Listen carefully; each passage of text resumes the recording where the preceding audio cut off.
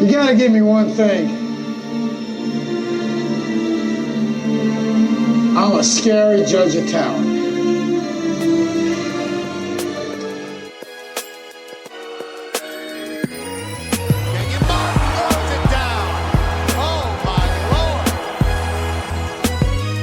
Adolphus Washington back-to-back plays.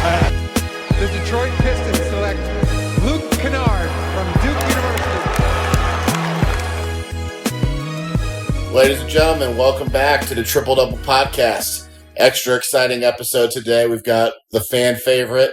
We've got Chas Wolfe of Prep Scouting LLC, the legendary Twitter user at High Major Scoop, the big ticket. Chas, what's going on? I'll tell you what, thanks for having me on. You know, I've just been getting myself ready these last 24 hours. I feel like butterbean coming out of the tunnel. You know, in my mind, I've been going through today, you know, maybe some of the conversations, some of the things I want to talk about. You know, I want to, you know, try and stay on the straight and narrow path for you, you know, make this crisp and clean podcast for all your listeners. And, you know, I don't want to ramble on too long with any introductions or, you know, get on any soapboxes or get caught off guard. But, you know, I think this is going to be a good podcast. What you got to do in today's world is you got to look at all your options. You got to narrow it to about 50. Then you narrow it to 12. Then you narrow it to 4. You're blessed to announce those 4. And then you make a decision what you want to talk about. I like that. You know, I like that. I need to get a graphic designer and have them post, you know, maybe like the 27 topics and have them, you know, have those like up in, you know, like a mixtape / graphic design thing. You know, that would be something that Mara, the producer, could put together for me. You know, and I like to do that sometimes, you know, on my Twitter page with lunch spots. You know, sometimes it's Raising Cane, sometimes it's Chick-fil-A, you know, sometimes it's this little Chinese place I go to. And then I'll tell you what, I'll slide in the honey baked ham. I'm not scared to do the old honey baked ham lunch cafe. So. Yeah, that's strong. I've had that before. Yeah. How about this graphic design? How about if we had Morrow do one where it's the school instead of the players, the school, and it's the list of guys who Connerman thinks might get the job. I like that. I like that one. That's, you know, that's an interesting angle to take. You know, I think that I like the one of I like that, but I like the one where you can just have a list of guys that said that they turned the job down, but they never interviewed for the job. Those are always good too. Absolutely. Well, let's talk about what we want to talk about here. Let's start off. We had Zach on a couple weeks ago. We talked about the Ohio High School Coaches Association showcase. Some thoughts on that, some things that could improve. But what were your overall thoughts on that showcase? I thought it was good. I mean, I thought for a first-year event, you know, obviously there was about 4 or 5 things that I think we all talked about that needed to be changed for the future moving forward. You know, I think the committee, the way they handle getting the top prospects, you know, obviously the drills and stuff in the afternoon. I think the other thing is the coaches, they want to see the kids play longer. So, you know, as we've said before, you know, if you're going to do stations in the morning, do all competitive stations. You know, and then the games were 20-minute running clock. I mean, you don't have enough time to even see a kid get a touch. You know, he might not ever even touch the ball. So, you know, to do it where it's a 32-minute game or... Especially with 10 on the roster. Yeah. So, yeah, they're subbing every 5 minutes. So it's like, you know, it's indoor recess. So, you know, 32 minutes, 40 minutes, and maybe 40 might be too long, but, you know, 32-minute quarter, you know, with 8-minute quarters and stop for a minute in between and give it a little bit more flow. I mean, you know, I think a lot of the college coaches that went to the event, that went to other high school events, you know, if it was in Georgia or Jersey or whatever, and some of those other states had team shootouts and not a one-day Elite 100 showcase format, a mini camp. You know, they gave good praise to the Ohio camp. You know, I call them the silent critics because a lot of guys are scared or they're just, you know, they don't want to blast somebody or put anybody out there, association, and publicly critique them. But behind the scenes and private text messages and phone calls, I think the college coaches enjoyed the event. And I think next year, after talking to some of the people with the OHSAA, they're, depending on this calendar, how it's going to be for next year, there's the opportunity of possibly doing a team camp, and that's already coming into discussion. But, overall, as a recap of the Ohio High School Coaches Top 100 Combine, I thought it was good. I thought it was a good event. I'm much more in favor of the Combine Showcase format than I am of the team camp format. I saw somebody, and I forget who it was, or I would say it, tweeted out, that this state, and this state, and this state did the team camp, and that's what's best for all these kids, and exposure is what it's about for all these kids. And I completely disagree, because if you take the best 5 high schools in Ohio and throw them out, how many high schools in Ohio have more than one kid that's going to play Division I or Division II, probably even Division III basketball? So you're just throwing a lot of more people in the gym when honestly it's not going to do a whole lot for them in terms of evaluation. I think the showcase idea with some slight tinkering is great. I've talked about this on the podcast a couple times, whereas now you've got some high-level high school coaches involved. Let's get the teams together the night before. Let's do an hour and a half practice, talk about how we want to play. Let's maybe shrink up the rosters and put 7 or 8 kids on a team instead of 9 or 10 kids. But from a selfish standpoint, from a scout, this doesn't favor the kids, and it didn't favor the college coaches. But from a scouting perspective, some of the small town kids that were there were great for guys like you and me. We see the quote unquote highest ranked kids in the state of Ohio on the high school night out after night. We see them on the AAU circuit, most of them on the shoe circuit. So there's a couple kids that maybe we hadn't seen before that we've heard of or hadn't heard of that I think we got a great evaluation on that we can use going forward.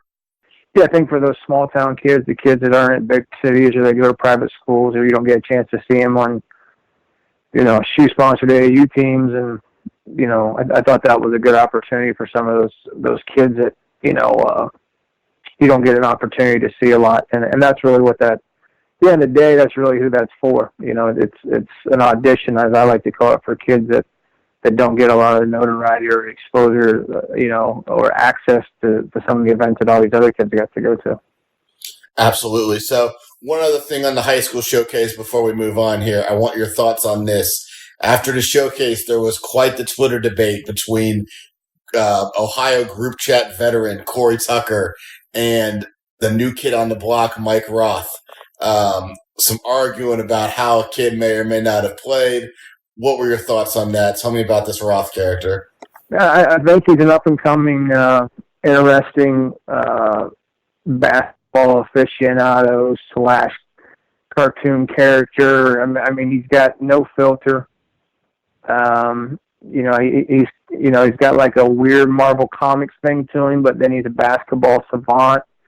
I just think he's a guy that, being, I don't know, what generation is this? What is that, Generation Z? I don't know. Dude, is it Generation, I think it's Y. Yeah, exactly. Pretty sure it's Generation Y. Yeah, I don't know how he got. Team Why Not, Generation Team Y. Why Not. I don't know how he got so, I don't know how he got that in-depth an evaluation from the event when he was just sitting there debating with everybody or talking or keeping stats for Josiah Fulcher. So in my mind, it's like, gosh, I need to take this guy grocery shopping so he can remember every day I need to pick up at the store. But no, it was. Well, the number one thing that comes out of it is, and I think you've been around long enough to notice, you don't mess with Big Tuck. No, you don't. Well, my thing is this: if you're not old enough to rent a car, you shouldn't talk anyways. That's how I look at things. So if you're not old enough to rent a car or buy alcohol or, do a whole lot of things, that's the thing. My biggest thing is nobody gives a damn what your thoughts are yet. Shut up, watch, listen, and then talk when you're asked. You don't even work, for one, you're not involved with a college basketball team. 2, you never played college basketball. 3, don't know if you ever played high school basketball, and I've been covering Ohio hoops for 15 years, so I don't know where your credibility is. And 4, if you're trying to build credibility, just hang around some guys, unlike myself, but whoever, and just listen and try and, like, you know, gradually build your way up. And, like, you know, you don't need to jump on the scene like you're the up-and-coming Fran Fraschilla or Paul Biancardi. Like, just sit there, shut the hell up, watch the games, and then chime in and maybe every once in a while ask me if I want a damn airhead or something. Like, I don't need to know anything else. You know, like, it's totally annoying.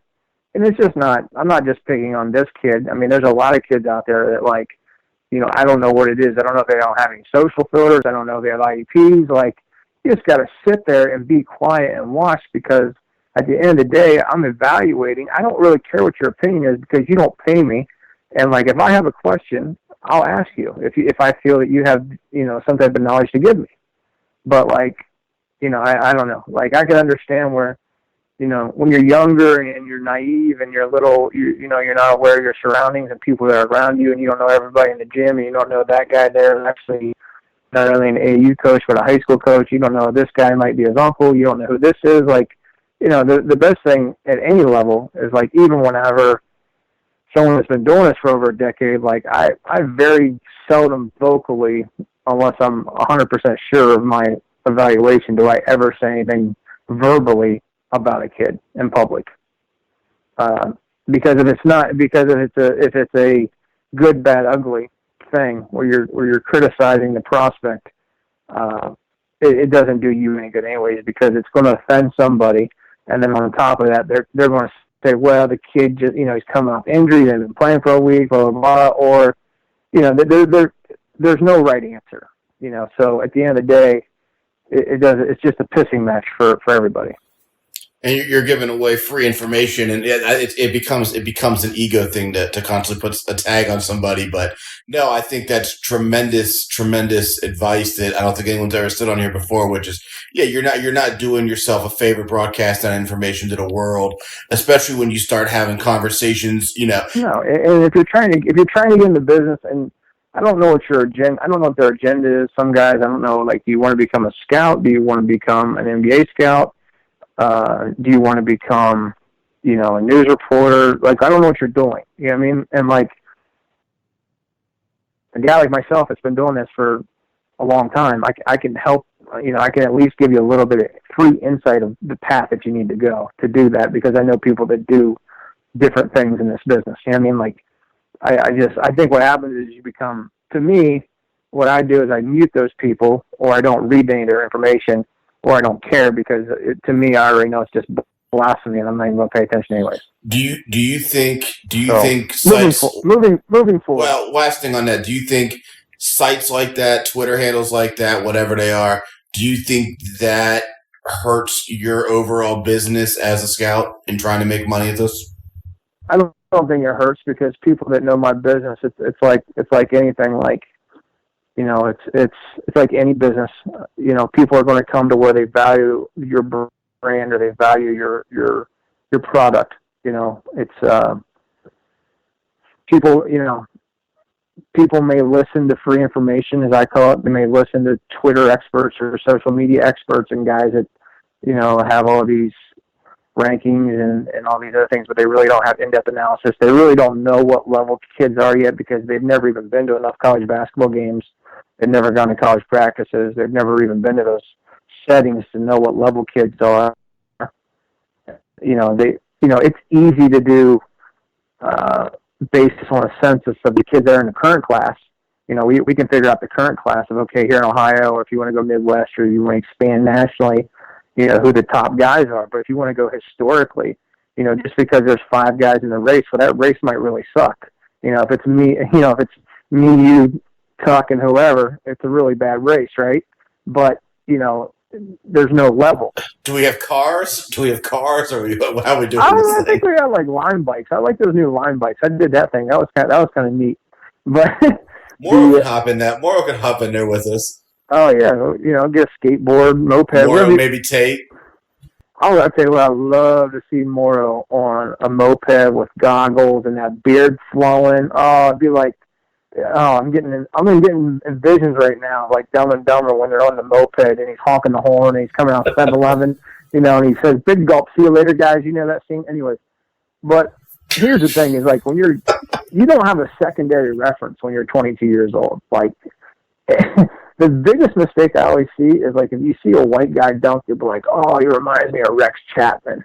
Like Rex Chapman, Deceptive athleticism. Oh, every time you see a 6'5" white guy dunk, you're like, he's just like Rex Chapman. And in 20 years, they're going to say he's just like Max McClung, or he's just like, Grayson Allen.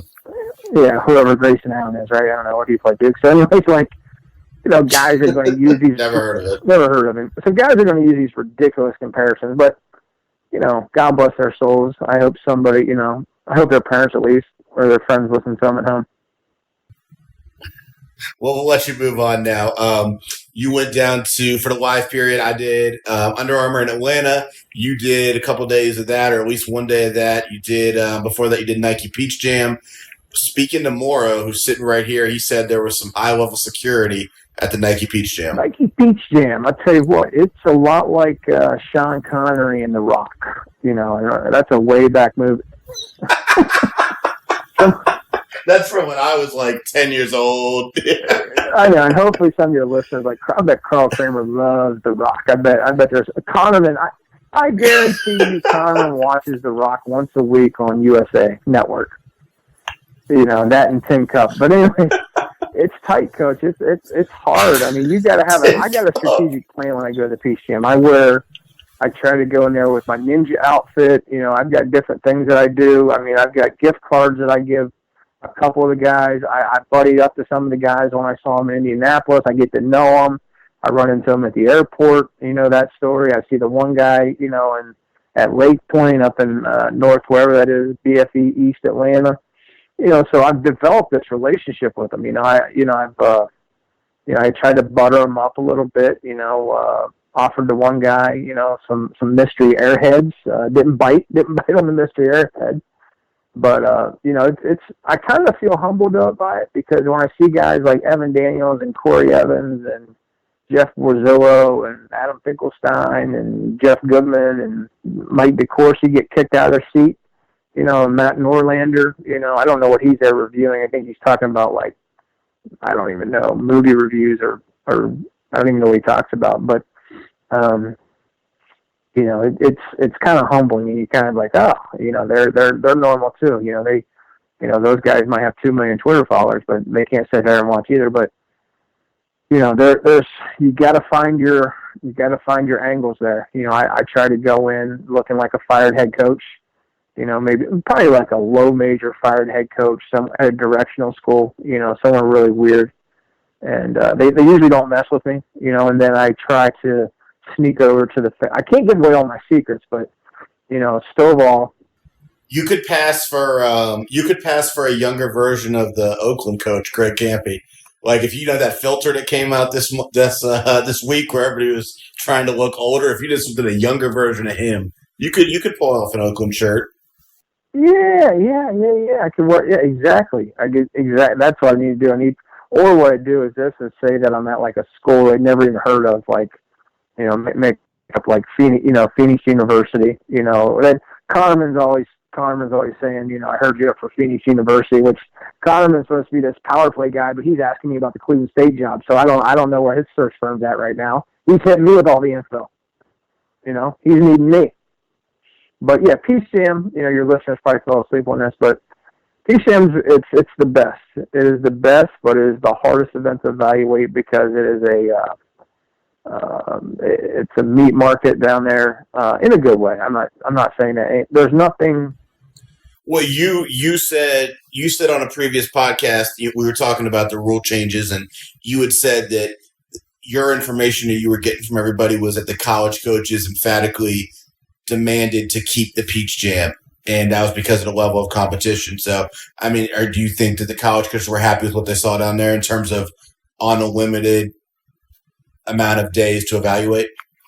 Yeah, well, if you talk to them now, they need another week of, they need another week of AAU. I mean, these camps are, not to go on a big tangent about the camps that are going on right now, but the camps are a joke. I mean, for lack of better terms, people are like, well, why are they a joke? Well, the nomination process was very secretive and hidden. People didn't know kids didn't know about, they had to nominate themselves. So you have all these kids out there there's over 100,000 AAU players across America.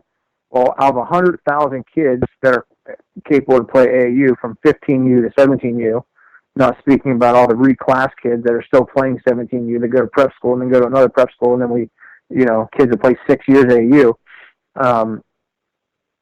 There's 100,000 kids. Well, out of those 100,000 kids, only 4,500 kids, 4.5%, put their name in the NCAA camp portal. So in that camp portal, the college coaches had to choose from those 4,500 kids to go to these 4 regional camps. And 2,400 of the 4,500 were selected. Well, guess what? Session 1 of camps right now. All right, we've got Champaign going on in Illinois.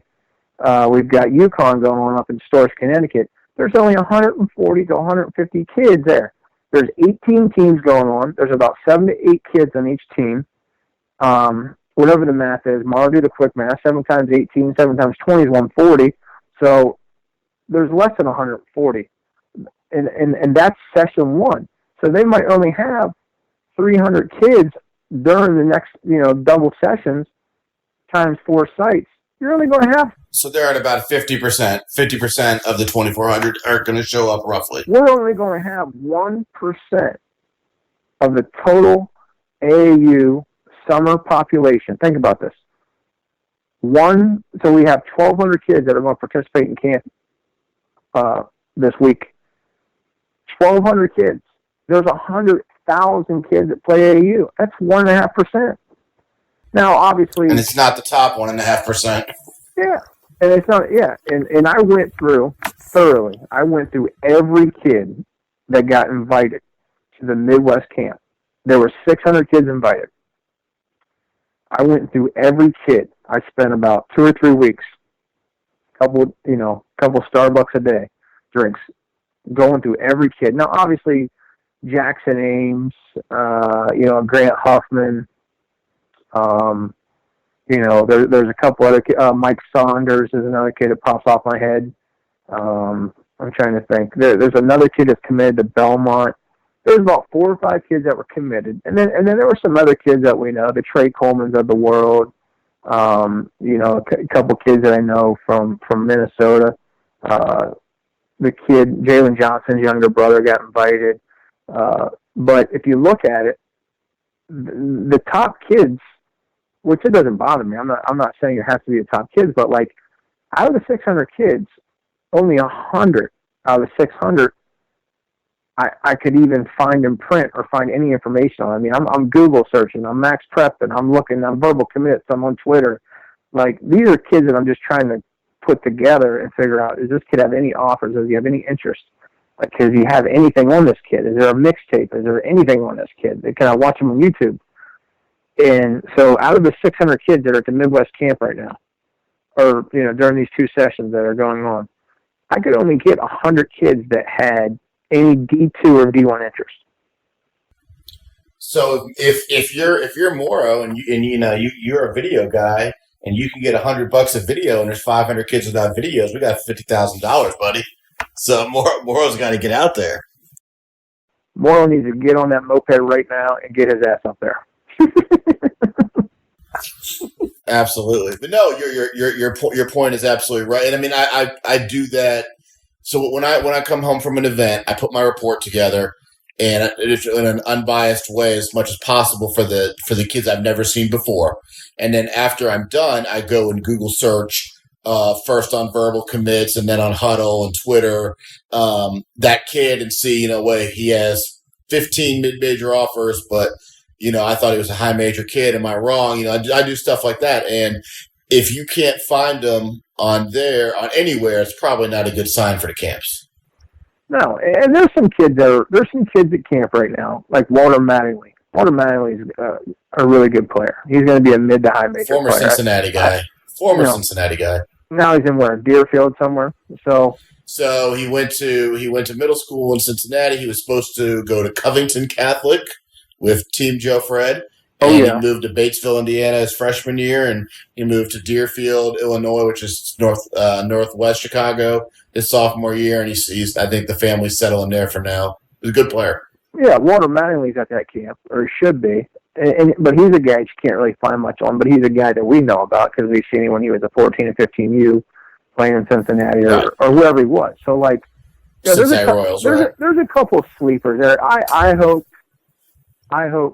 out of the camp, I hope there's a couple kids that didn't have any Division I offers that next week, for the kids that never get a chance to play AU or never play on the shoe circuit. I hope there's a couple kids that it benefits them, and I hope. Well, Chaz, there will be some kids who are going to get some offers. The question to you is that a good thing in terms of will they be the right offers for the right kids? Because I think the fear in talking to some college coaches is going to be, are we going to overvalue a couple kids who are performing really well at this camp, but if they had gone to the Peach Jam or, the Under Armour or the Adidas, maybe they wouldn't have stood out to us as much, and maybe it's kind of fool's gold. You got to understand your setting as a college coach. You got to understand your setting. It's the same thing. When I left the Peach Jam and I went to Under Armour, I went from the SEC tournament to the MAC tournament. Okay.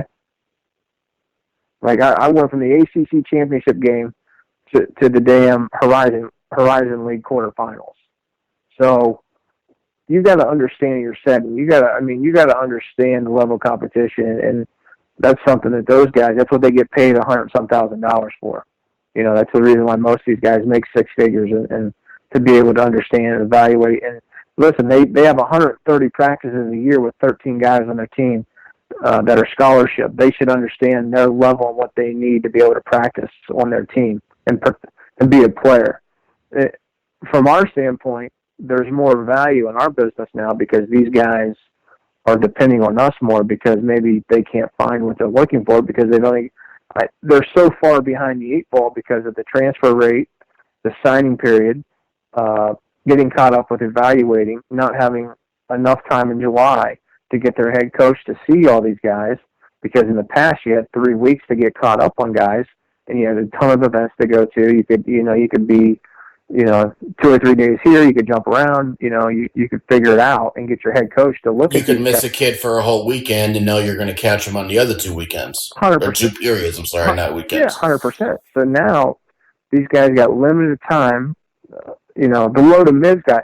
Like the high majors, I feel are benefiting because you've got, you had the NBA camp. They had the Peace Jam, which is obviously targeted more towards higher level mid to high major.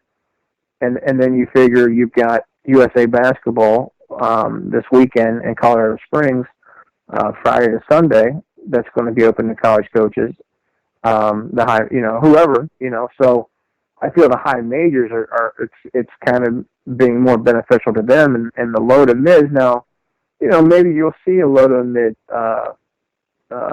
chuck and duck a kid, as I like to call it, or store a kid away, and there might be the situations where the Gordon Haywards of the world or the CJ McCollums or whoever it is, they get a kid and maybe they what's our boy that just left Belmont, Dylan Windler? Yeah. So maybe there'll be some kids that aren't, there's going to be tons of kids that are sleepers right now. And then I think that's what we'll see from this.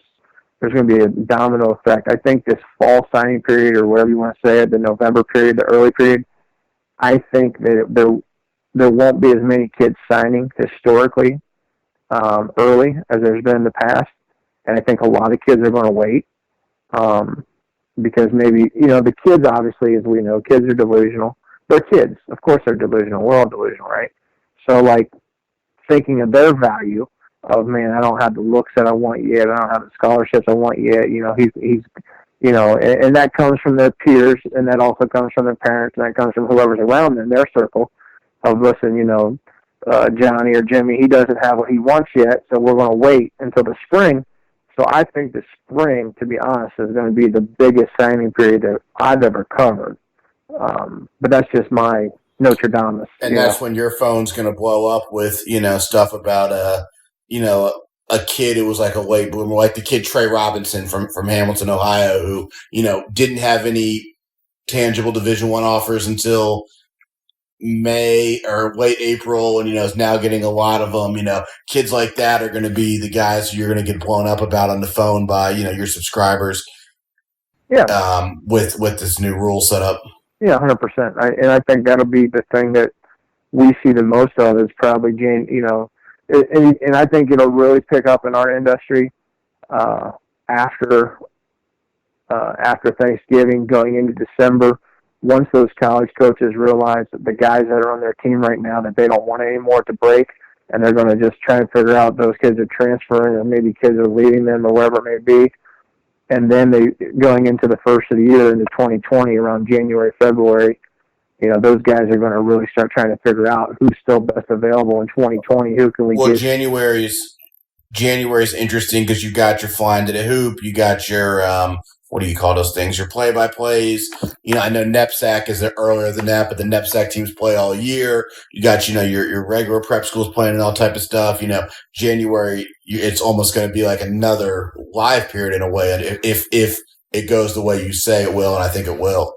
Yeah, it'll be another very hot time, and I mean, obviously. So Horseman's going to have to make a bigger hospitality room.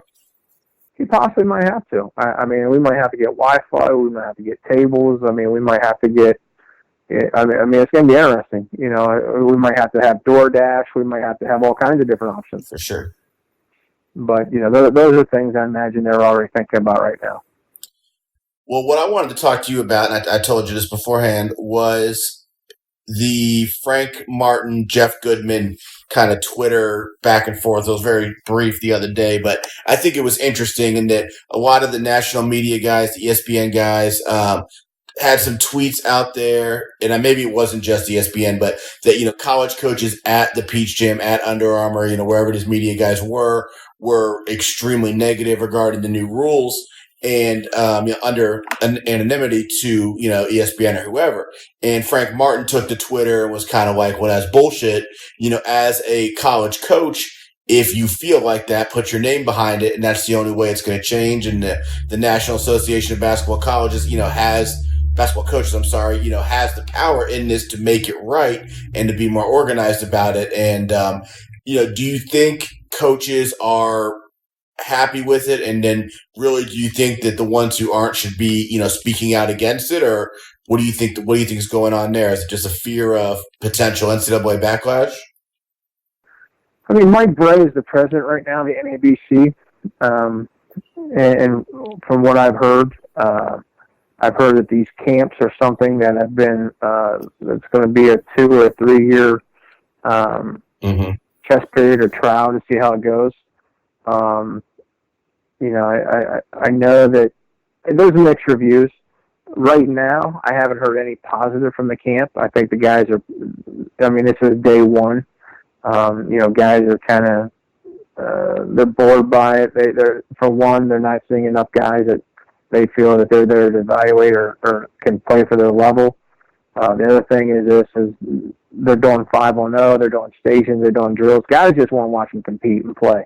I mean, they could give a shit less if they can do 5-on-0 or they transition jump shots. Like, they want to see how they are in a 5-on-5 setting. That's what the guys want. So, and from the NABC standpoint, there obviously, I think there's a lot of coaches that are scared to come out publicly on social media and make any complaints. I think they'll do that behind the scenes through power of the pen. Maybe there'll be from all this, maybe there'll be a committee of guys that, because there are subcommittees that the NABC has. There's young assistants committees. They have different boards on different things. They've got, you're going to see in the future where the director of operations is going to be allowed back on the floor, and that's going to be something that's going to come up in the next year or two, where the director of ops is going to be allowed to actually coach and not just sit there and run the clock or whatever they do, but they're going to be allowed to be part of the practice and stuff again. So those are different committees and subcommittees that NBC has, but moving forward with the Goodman and Frank Martin debate, this doesn't affect, like, a guy like Frank Martin, and I love Frank. I mean, Frank makes $2 million a year, 2.5. It doesn't affect Frank Martin. Like, Frank Martin's still going to get who he gets at South Carolina. Mike Bray, Notre Dame, the high majors they're still talking about guys, sorry to interrupt you, but you're talking about guys who have a private jet to cover 3 events in 4 days. 100%.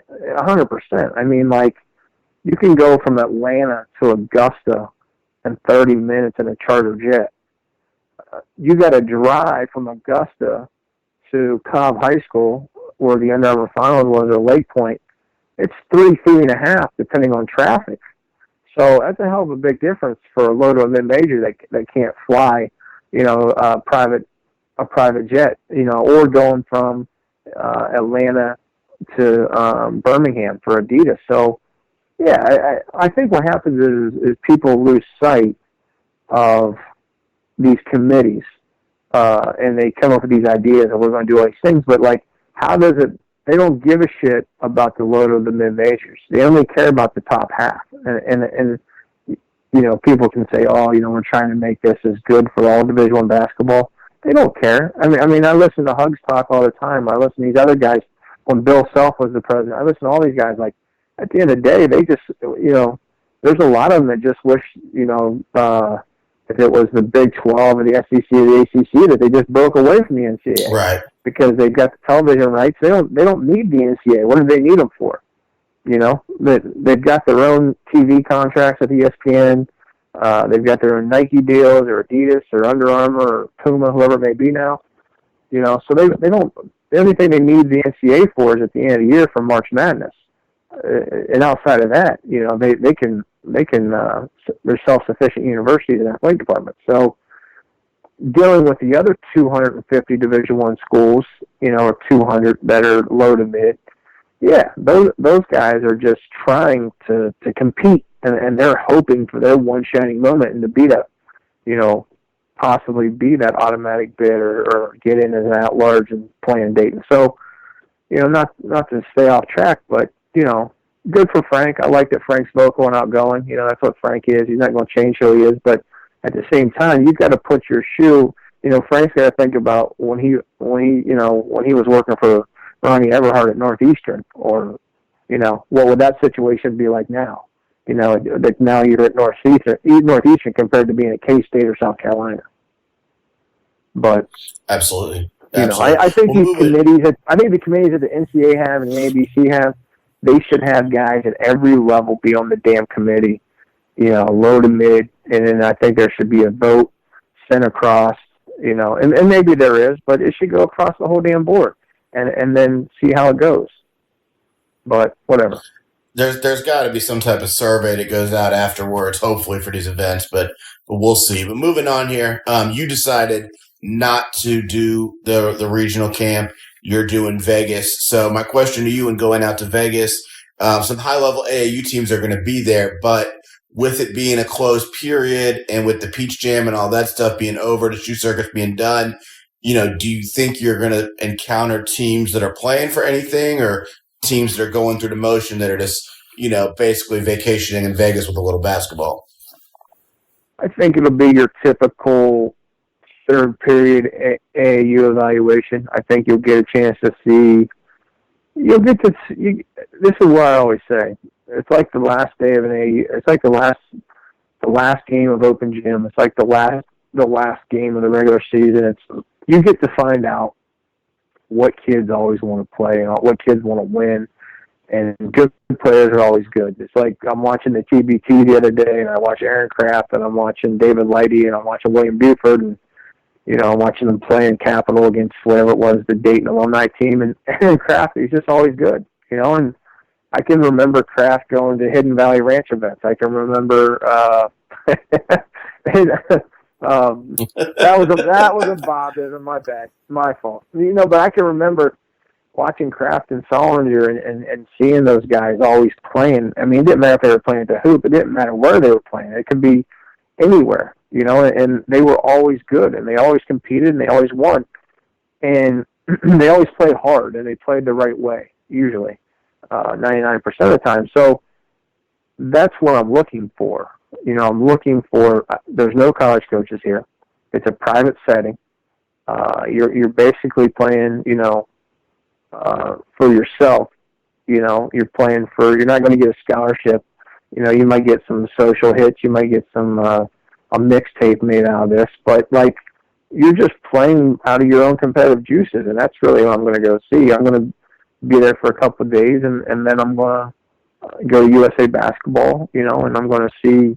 I've never been to Colorado Springs for the USA basketball training thing, but there's going to be 75 kids there that are going through the USA mini camp. And they're going to be mostly younger kids. It's a big field of younger kids, but to me, I wanted to just get away from the camp setting. I like camp. I grew up working camp.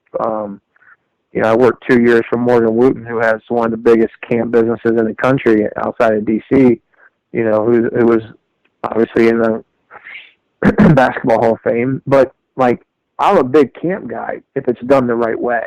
I love camp. But, I love going to hoop group camp. I love going to NBA camp. I like camp because I like seeing kids in situations where it isn't, the competitiveness is based on the kid. It isn't based on the environment.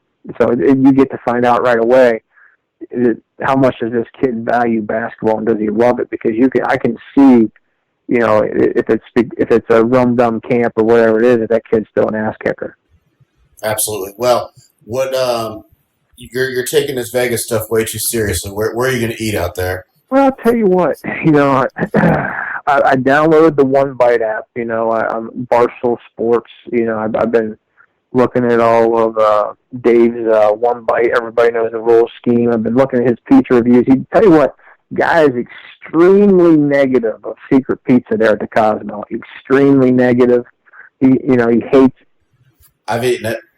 And I don't know what it is. I don't know. Maybe he had a bad piece of pie there. I like it. There's a couple. The level of women you're going to see at the Cosmo, the taste of the pizza should be the last thing on your mind.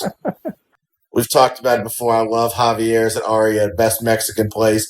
The real Mexican place, though, voted the #1 Mexican restaurant in the United States of America. It's a mile off strip. It is very reasonably priced. You can eat there for $20 without margaritas, 30, 35 with margaritas. It is called El Dorado. It is a 2-unit building, and the other unit is the Sapphire Strip Club, the second biggest strip club in Las Vegas. But it's next to the Ellis Island Casino, about a mile off strip. El Dorado is the place to eat if you like Mexican food. So what you're telling me is I can get queso dip and a dance. That's what you're telling me? You have to walk through a single glass door, but yeah, it's about an 8-foot walk. Woo! I'll tell you what, I know where Dinos will be then. I know where Dinos and Gary Charles and the boys will be then. If you end up taking Tootie, if you take Tootie to El Dorado and Sapphire, the first dance and the extra order of guacamole are both on me. So I'll Venmo you. Just tell me how much it is. If I took Tootie out there, I'd have to have 10 camp I'd have to have 10 or 15 camp contracts signed. They'd have to have purchase orders just to be able to afford him. The guy's deviance for guacamole is outstanding. Absolutely. So there was just an article in the Cincinnati Enquirer about how things have changed in Newport, Kentucky, and how it used to be the hub of gambling, prostitution, moonshine, all that, in the Ohio River area. And I remember the first time I picked Tootie up at the airport, he was asking me to take him to Newport, Kentucky.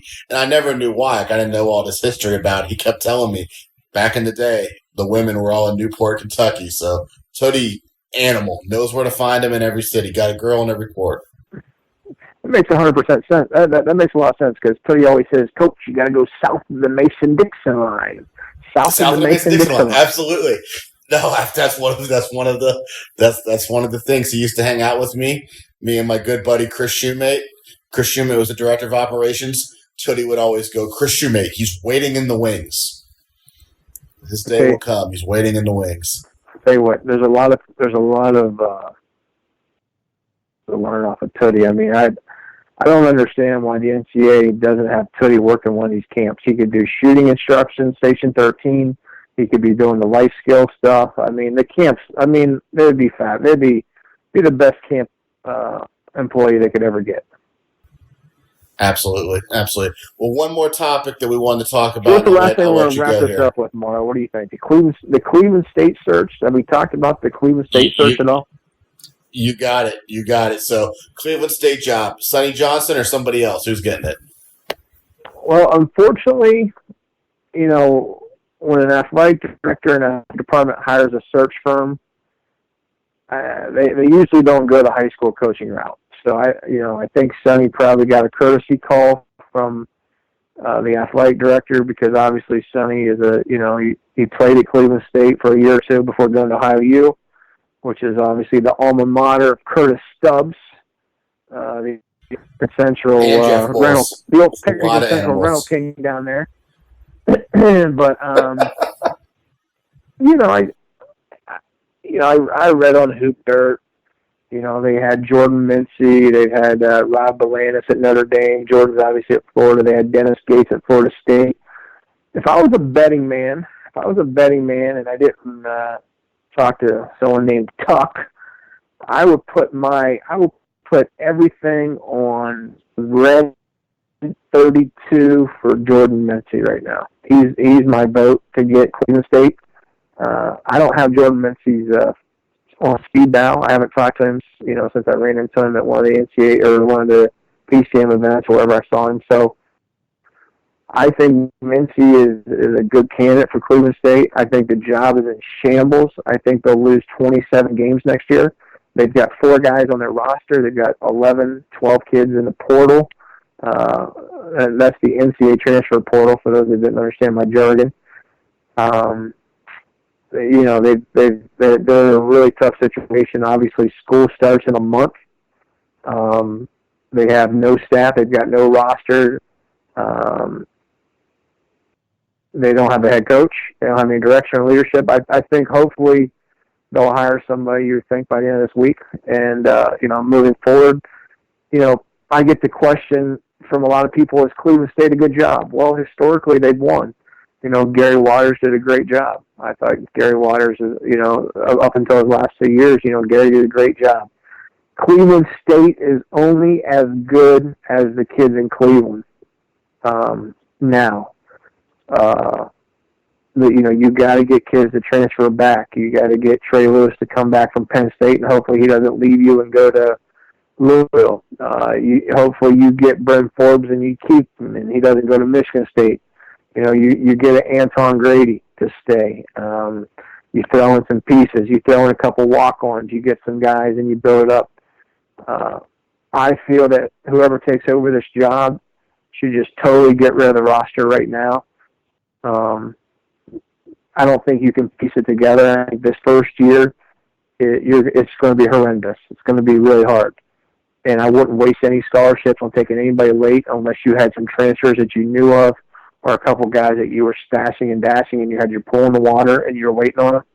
Like, I would not waste a scholarship on whoever takes Cleveland State job by signing kids late or taking risks. I would be, and whoever takes this job needs a 6 to 7 year contract, because the first 2 years they're going to get their ass beat a lot. And the league's not great. It's not great.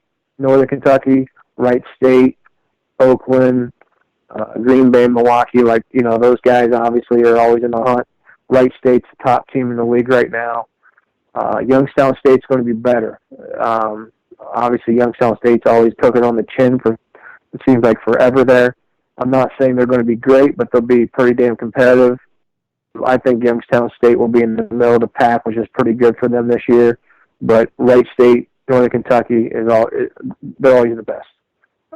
Cleveland State, a couple guys said, well, what's it going to take to win there? Obviously, you got to get creative, but at the same time, I think you've got some, with Mike Davis being at Detroit, with Campy's obviously my older doppelganger being at Oakland, him and your boy Dan Hipster. I know that's your boy Dan Hipster down there, Hipster. I mean, so those guys do a really good job getting transferred back to Oakland. It's a really good basketball school. They only have basketball there, so they always get a really good transfers and some good. Obviously Morrow's boy left them. Only played 38 minutes. Didn't get enough playing time. The old kid didn't get enough playing time, so he had to go there and eat some ice cream cake this week with Sister Jean, who turns 100. So, but Cleveland State is going to pay. Here's some inside for Kahneman since so he wants all the information now. Cleveland State will pay somewhere between $300,000 and $350,000. Is that enough to attract a high major assistant? I think it is enough to attract a young high major assistant who's ready to take a chance to be a head coach for the first time. I think guys that maybe have never, I think guys that are your beat backers or your retreads, they're not going to take that job. For one, it's too big of a risk. Secondly, the Ryan Peters of the world that make, sorry, Peter, to put this out there, but you make more money than that, so you're not taking that job. And then on top of it, what's the housing situation for the student athletes? What's your buy game? What's the APR? What is current, the academic situation? And then on top of it, how much money do I have to pay my assistants? What's in the assistant pie? Do I have $200,000? Do I have $225,000? Can I get a good staff and put a good staff together, or am I going to have to pay, $75,000 across the board and hire a JUCO guy and hire a local guy and maybe buddies that I go to happy hour with? So, or am I going to have a good enough amount of money that I can maybe get a former head coach, or I can get a Northeast or a guy that's recruited Ohio? Because you're going to need to have someone on that staff that has Ohio and Northeast Ohio ties. And I'm going to tell you all, whoever Cleveland State hires, that head coach better be someone that has connections in Ohio, and their staff better have connections with Cleveland high school coaches, because as much as I interact with Cleveland high school coaches and know them, they are some of the most needy high school coaches in America. They need a lot of attention, so whoever they hire better be willing to be in those gyms a lot and network with those high school coaches to keep them happy, because those I don't feel Dennis Felton had those relationships with those coaches, and no one on his staff knew any of those coaches. And those guys, what happens is you don't have anybody going to bat for you in the community, and you don't have anyone on that board, and you don't have anyone in your faculty that really gives a damn about your players, your team, if you don't have some Northeast Ohio ties. And that might sound silly and cynical, but it's the truth. All right. Well, I agree with all that. That's a better rundown than you get from most people. So, Goodman and Connerman and the guys who follow the coaching searches, they should be hiring you, man. Well, I would just be happy for an Applebee's 2 for $20, but I can't even get that out of Connerman. So I'll see what I can do. Well, in Montgomery and Skyline, something local. We'll get you when you come down here. Send me. I like to get like a bottle of Montgomery and barbecue sauce. And then I like to get, for Halloween, I want like a Marrow beard. Can I get like a Marrow beard for Halloween? We can take care of those two things. For as many times as we've had you on this show, we can take care of those. So, Chas, always a pleasure. Thank you so much for your insight on all the topics, and we'll definitely be dissecting this one for a while. I appreciate you guys having me on, and I'll send you some funny selfies from Vegas. All right, buddy. We'll talk to you soon. Guys, that was Chas Wolfe, Prep Scouting LLC, Twitter @HighMajorScoop. For Jason Moore, I'm Corey Albertson. Thanks for listening to the Triple Double Podcast.